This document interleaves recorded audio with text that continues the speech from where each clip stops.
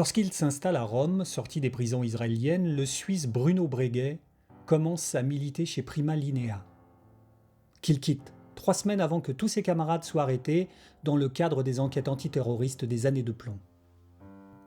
En 1980, il semble prendre part à l'attentat sans victime contre les locaux de Radio Free Europe en Allemagne de l'Ouest. La radio diffuse la bonne parole occidentale dans toutes les langues des pays de l'Est aux grandes dames du Kremlin, qui n'apprécient pas du tout que Zbigniew Brzezinski, le conseiller diplomatique du président Carter, polonais d'origine, ait fait augmenter la puissance des émetteurs. Breguet rejoint ensuite le groupe Carlos à Damas, nourri par Hafez al-Assad et protégé par d'anciens nazis. Promu lieutenant de Carlos, Bruno Breguet est ensuite arrêté à Paris en compagnie de Magdalena Kopp, maîtresse dudit Carlos. Ils préparent un attentat contre les locaux parisiens d'un journal libanais hostile au dictateur de Damas, Hafez el-Assad.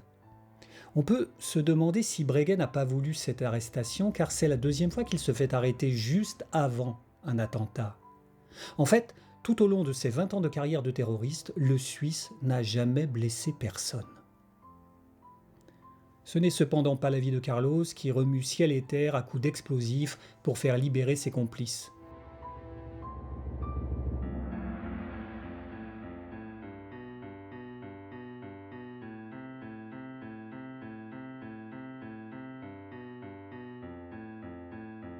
Des bombes explosent dans le TGV et à la gare Saint-Charles de Marseille, dont le maire, Gaston Defferre, est ministre de l'Intérieur. Paris entame alors des négociations par l'intermédiaire de Jacques Vergès. Négociations qui se déroulent en Allemagne de l'Est, en présence de Carlos, sous la houlette de la Stasi.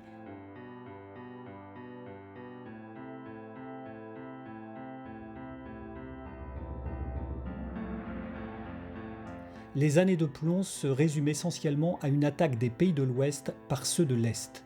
Entre 68 et 82, le printemps de Prague et Solidarność, la guerre froide se déroule quasi exclusivement à l'Ouest.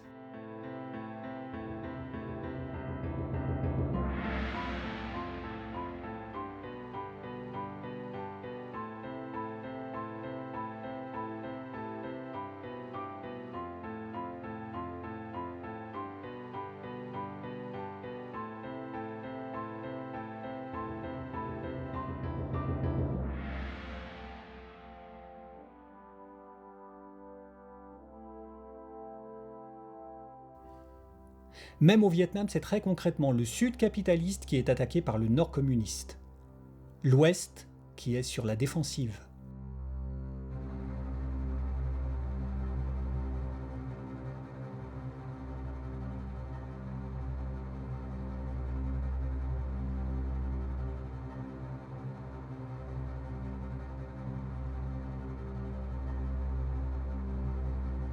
La contestation naît de la tête du Parti communiste dont Dubček est le premier secrétaire. Tandis que les contestataires occidentaux se réclament ouvertement de l'influence chinoise, castriste ou plus rarement et surtout plus discrètement soviétique, qui utilise toujours autant les vieilles méthodes de provocation politique. Ainsi, le policier Heinz Kouras, qui tue le manifestant Benno Ohnesorg d'une balle dans la tête à Berlin, s'avère être un agent de la Stasi est-allemande. Tandis que les motivations de Joseph Bachmann, qui blesse à la tête Rudi Dutschke, ne seront jamais élucidées. Il se suicide en prison sans avoir parlé. Ces deux coups de feu, en tout cas, mettent le feu aux poudres en Allemagne qui s'embrase comme toute l'Europe ces années-là.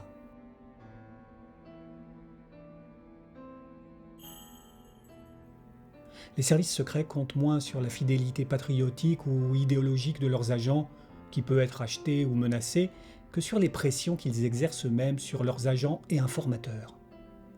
La peur qu'ils inspirent semble être le meilleur garant, et pour ça, ils n'hésitent pas à menacer la famille, la vie sociale et même la vie tout court.